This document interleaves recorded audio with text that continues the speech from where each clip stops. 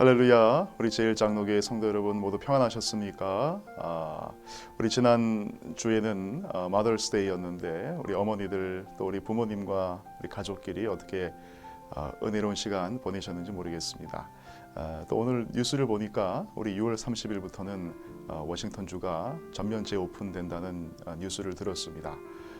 이제 백신 접종률이 높아지면서 점점 정상화되어 가고 있는 모습이 눈에 보이고 있습니다. 여러분 위해서 계속 기도해 주시고 또 우리의 신앙도 예전보다 더 깊어지고 하나님과 더 가까워질 수 있는 우리 신앙의 정상, 우리 하나님과의 관계가 정상으로 회복되는 역사가 있기를 간절히 소원해 봅니다. 오늘도 우리 변함없이 지난주 설교 말씀 우리 주보를 보면서 여러분과 함께 은혜 나누도록 하겠습니다. 지난주에는 본문이 창세기 27장 5절에서 13절이고요. 제목은 모든 야곱들의 어머니 리브가라는 제목으로 여러분과 말씀 나눴습니다. 제가 본문 말씀 한번 봉독해 드리겠습니다. 창세기 27장 5절에서 13절입니다. 이삭이 그의 아들 에서에게 말할 때에 리브가가 들었더니 에서가 사냥하려 오려고 들로 나가매 리브가가 그의 아들 야곱에게 말하여 이르되 내 아버지가 내 형 에서에게 말씀하시는 것을 내가 들으니 이르시기를 나를 위하여 사냥하여 가져다가 별미를 만들어 내가 먹게 하여 죽기 전에 여호와 앞에서 내게 축복하게 하라 하셨으니 그런즉 내 아들아 내 말을 따르라. 내가 내게 명령하는 대로 염소떼에 가서 거기서 좋은 염소 새끼 2마리를 내게로 가져오면 내가 그것으로 내 아버지를 위하여 그가 즐기시는 별미를 만들리니 네가 그것을 내 아버지께 가져다 드려서 그가 죽기 전에 내게 축복하기 위하여 잡수시게 하라. 야곱이 그 어머니 리브가에게 이르되 내 형 에서는 털이 많은 사람이요 나는 매끈매끈한 사람인즉 아버지께서 나를 만지실진데 내가 아버지의 눈에 속이는 자로 보일지라 복은 고사하고 저주를 받을까 하나이다. 어머니가 그에게 이르되 내 아들아 너의 저주는 내게로 돌리리니 내 말만 따르고 가서 가져오라. 아멘. 오늘 문제가 많기 때문에 여러분과 모든 문제를 다 읽으면 좀 시간이 걸릴 것 같습니다. 그래서 제가 전체 내용을 핵심을 한번 짚어드리면서 우리 지난주 말씀을 한번 묵상했으면 좋겠습니다. 리브가가 야곱을 에서 대신에 이삭에게 소개해서 아버지 이삭을 속이고 축복을 받게 하려 했습니다. 세상의 눈으로 볼 때는 정상적인 행동으로 보이지 않죠. 남을 속이는 행동입니다. 게다가 아들을 편애했습니다. 심리학적으로 보면 이 자식을 편애하는 것은 정말로 좋은 모습은 아닙니다. 그러나 우리 이삭과 리브가는 우리 약속의 조상이기도 하죠. 하나님께서는 성경에서 이 이삭과 리브가의 이상한 행동, 아버지는 속고 아내는 속이고 이삭은 큰형을 편애하고 어머니는 동생을 편애하는 이런 이상한 구조 속에서 하나님께서는 예수 그리스도께서 우리를 어떻게 사랑하시는지에 대한 이야기들을 숨겨 놓으셨다. 그런 말씀을 여러분과 함께 나눴습니다. 특별히 아버지 이삭은 속는 것처럼 보였습니다. 그러나 성경에 많은 속는 이야기들이 나온다고 했죠. 아담과 하와의 이야기에서도 아담이 하와에게 속아서 선악과를 따먹어 함께 공동 운명체가 되어 저주와 축복을 함께 받습니다. 그 외에도 성경에는 예수 그리스도께서 가룟 유다에게 속는 것 같은 그림으로 또 제자들은 가룟 유다에게 다 속게 되죠. 그리고 십자가에 은 30냥에 팔리는 모습으로 보여집니다. 그러나 그 십자가의 은 30냥에 팔린 사건은 사실 예수님이 속으신 것이 아니고 속아 주신 것이었죠. 가룟 유다에게 네가 그 일을 빨리 행해라 라고 말했을 정도였습니다. 그러니 예수께서는 우리의 죄를 대속 죄값을 대신 지불하기 위해 속아 주신 것입니다. 우리의 삶 가운데서도 비슷한 일들이 많이 있다 그랬습니다. 하나님께서 저와 여러분의 삶에 속는 것처럼 보일 때 많죠. 하나님 안 보이는 곳에서 내가 죄를 진다고 하나님이 내게 천벌을 내리지 않으니까 오늘도 나는 하나님을 잘 속였다라고 생각하는 경우가 우리는 종종 있습니다. 그러나 여러분, 오늘 말씀을 통해서 여러분이 보듯이 하나님은 우리에게 속으시는 것이 아니고 속아 주실 때가 많다는 것을 우리가 기억해야 됩니다. 이삭이 눈이 먼 채로 야곱을 에서인 줄 알고 축복하는 장면도 마찬가지로 우리가 해석을 할 수 있습니다. 물론 이삭은 속는 것입니다. 이삭이 속아준 것은 아니죠. 그러나 그 이야기 전체의 스토리를 통해서 하나님께서 우리에게 속은 자처럼 축복하고 계시는, 은 30냥에 팔리시고 나의 죗값에 팔리셔서 우리를 십자가에서 축복하고 계시는 장면을 이렇게 넓게 펴서 하나님께서 이삭과 야곱의 이야기를 통해 우리에게 그리고 있는 것을 우리는 볼 수가 있습니다. 어머니 리브가는 아들 야곱에게 축복하기 위해서 굉장히 위험한 방법을 선택했습니다. 그 방법은 바로 별미를 만들어서 아버지에게 대접하면서 형인 에서처럼 행동하게 만드는 것이었습니다. 그것은 굉장히 위험한 선택이었습니다. 야곱이 걱정이 돼서 어머니에게 묻잖아요.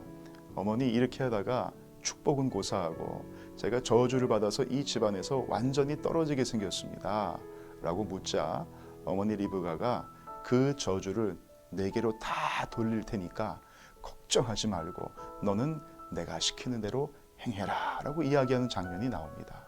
어머니의 위대한 사랑의 장면이기도 하고, 또한 하나님께서 모든 우리 인류의 저주를 자기 자신에게 다 돌리도록 하시는 대속의 이미지를 그 장면에서 우리에게 보여주시기도 하는 것입니다. 이것은 억측이라고 여러분 볼 수도 있겠습니다. 그러나 뒤에 가면은 우리가 우연의 일치라고 보기에는 너무나 많은 확증들이 성경 본문에 등장하게 됩니다. 왜냐하면 또 우리 어머니 리브가는 에서에게 에서가 입던 옷 중에서 좋은 옷을 가져다가 야곱에게 입힙니다. 당시에 에서는 사냥꾼이었기 때문에 그들이 고대 시대에 갖고 있었던 옷이라는 것은 전부 다 가죽 옷들입니다. 그러니 동물의 가죽 옷을 어깨 위에다가 걸쳐주고, 또 목과 손목 같은 데는 비어 있으니까 염소털을 갖다가 끈을 붙여주고 가죽을 붙여주면서 온몸을 가죽으로 털로 덮어버립니다.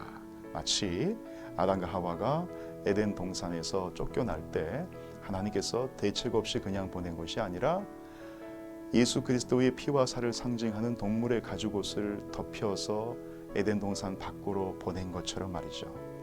여러분, 그것은 우리가 예수 그리스도의 피와 살, 그분의 살과 피가 우리의 은혜가 되고 우리의 의의가 되어서 이 땅 가운데서 하나님의 은혜로 사는 존재가 되었다는 것을 보여주는 상징적인 장면이라 그랬습니다. 여러분, 그런데 그 예수 그리스도의 살과 피를 상징하는 그 상징적인 대속의 이미지가 오늘 리브가가 형 에서의 가죽옷을 동생 야곱에게 입혀서 아버지의 텐트로 보내는 장면에도 기록이 되어 있다는 것이죠. 아버지의 텐트는 위험한 곳이었습니다. 마치 아담과 하와가 동산 밖 위험한 곳으로 나갈 때 자기 자신을 보호하는 가죽옷을 입고 간 것처럼 지금 야곱이 들어가는 아버지의 텐트는요, 만약에 발각이 될 때는 저주가 되어지고 자기의 집에서 쫓겨나게 되어지는 아주 위험한 곳입니다. 위험한 선택, 위험한 곳, 그것을 안전한 곳으로 탁월한 선택으로 만들어주는 것이 뭐였냐? 바로 야곱이 입고 있던 그 가죽옷이었던 거예요. 그 가죽옷을 누가 줬느냐? 어머니 리브가가 입혀준 것입니다. 그래서 그 가죽옷을 아버지가 가서 만져보죠. 야곱의 매끈매끈한 살을 만지지 않습니다. 야곱이 입고 있었던 그 가죽옷을 아버지가 만지면서 속는 것이죠. 네가 바로 이삭이 에서가 맞구나 라고 속고서 축복을 하게 되는 것입니다. 여러분, 하나님께서 저와 여러분들을 축복하실 때 야곱의 매끈매끈한 살을 만지듯이 저와 여러분들의 삶을 평가하고 축복하지 않습니다. 저와 여러분의 삶을 물론 평가하지만 그것 때문에 천국 백성 만들지 않습니다. 그것 때문에 여러분을 천국으로 드리지 않습니다. 하나님께서 뭘 만지시느냐? 저와 여러분을 덮고 계신 예수 그리스도의 피와 살을 보시는 것입니다. 예수의 피와 살을 보시고 마치 속으시는 것처럼, 물론 하나님 다 알고 계시지만 속으시는 것처럼 저와 여러분들을 하나님의 장자인 것으로 축복하고 하나님 나라로 불러들이는 겁니다. 여러분, 그 모습이 리브가가 가죽옷을 야곱에게 입혀서 위험한 곳인 심판의 장소가 될 수 있는 우리 천국도 마찬가지잖아요. 그 나라에 가면은 하나님의 그 예수 그리스도의 흰 세마포 옷 가죽옷을 입고 있지 않으면요, 위험한 장소입니다. 아주 위험한 곳이에요. 자칫 잘못하면 하나님으로부터 떨어져서 지옥의 백성이 될 수도 있기 때문입니다. 그러나 그 위험한 곳, 아버지가 축복이냐 저주냐 둘 중에 하나를 하시는 그 위험한 곳을 가장 안전한 곳으로 만들어주는 요소가 뭐였냐? 바로 야곱의 매끈매끈한 살이 아니라 야곱을 덮고 있는 어머니 리브가가 입혀준 가죽 옷이었다는 사실입니다. 여러분, 저와 여러분의 삶에도 마찬가지입니다.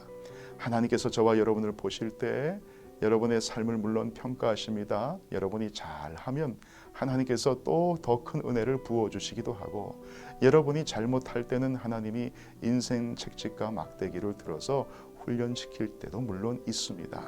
그러나 여러분, 그것은 우리가 하나님의 백성이 되느냐 안 되느냐를 판단하는 기준이 아니라 그랬습니다. 하나님의 백성이 되느냐 안 되느냐 판단하는 기준은 뭐냐? 축복이냐 저주냐 판단하는 기준이 뭐냐?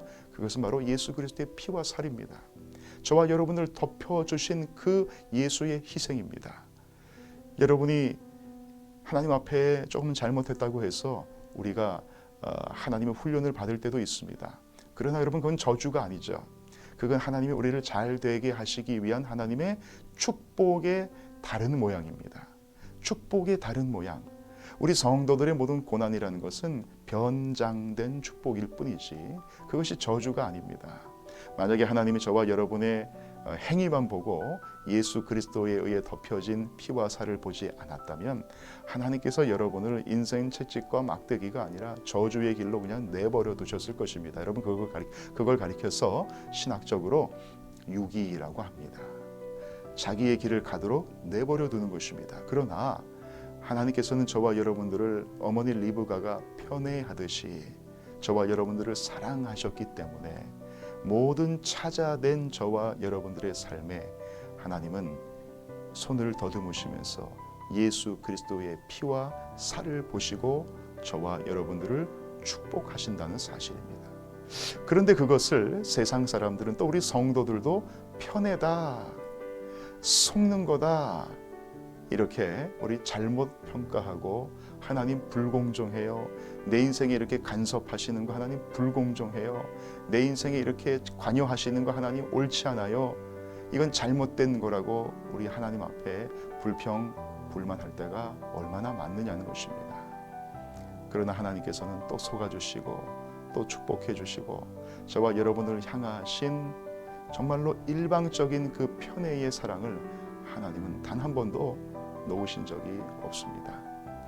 여러분들을 사랑하셔서 장자인 예수 그리스도를 십자가에 버리셨고, 저와 여러분들을 편애하셔서 저와 여러분들에게 형의 옷, 가장 좋은 그 가죽옷, 예수의 피가 묻은 그 은혜의 옷, 그 칭의의 옷을 저와 여러분들의 어깨에 덮어주신 것입니다. 우리의 삶에 있어서 때로는 이해되지 않는 일들이 성도들에게 펼쳐지기도 합니다.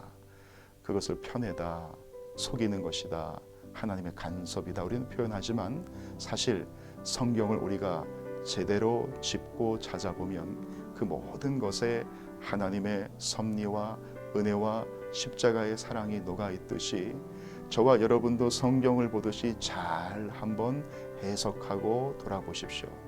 그 안에 하나님의 놀라운 축복과 편애처럼 보이는 것에 하나님의 놀라운 사랑과 속으시는 것처럼 보이시는 그 사건들 속에 눈 감고 하나님께서 아무것도 안 하고 계신 것처럼 보이는 내 인생의 사건 가운데 하나님의 놀라운 축복의 메시지가 들어있습니다.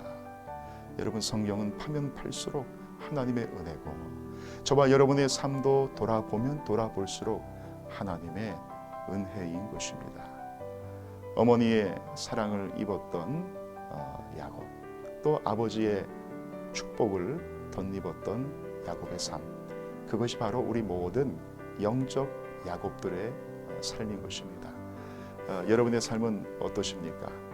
오늘 하루 사시면서 이 말씀을 여러분 묵상하시며 여러분의 삶 가운데, 모든 인생의 야곱들의 삶 가운데 내가 보지 못하는 하나님의 손길로 역사하시는 그 은혜, 성령의 눈으로 확인하시고 내 입술로 원망과 불평하는 것이 아니라 늘 감사와 찬양으로 하나님께 응답하는 내 삶의 예배자, 365일 24시간 삶의 예배자로 여러분 설 수 있는 저와 여러분 되시기를 우리 구주 예수의 이름으로 간절히 축원드리겠습니다.